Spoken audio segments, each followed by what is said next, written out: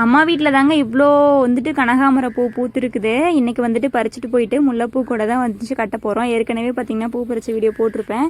கனகாமரத்தை எல்லாத்தையும் பறிச்சுட்டு வந்தாச்சுங்க. நம்ம வீட்டு செடியில் பார்த்திங்கன்னா முல்லைப்பூ இருக்குது. நல்லா மொட்டாக இருக்கும் போதே பறிச்சுட்டு வந்தோம் அப்படின்னா கட்டுறதுக்கு நல்லா ஈஸியாக இருக்கும். கனகாமரத்தையும் இதுவும் வச்சு மிக்ஸ் பண்ணி தான் இன்றைக்கி வந்து கட்ட போகிறோம்.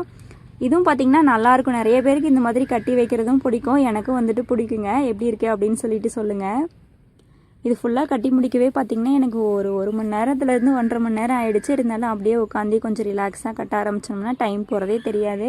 கட்டும் போதே பார்த்திங்க நல்லா அழகாக வந்துருந்துச்சு. யாருக்கெல்லாம் பார்த்திங்கன்னா இந்த மாதிரி கட்டி வைக்கிறது பிடிக்குன்னு சொல்லிட்டு கமெண்ட்ஸில் சொல்லிட்டு போங்க.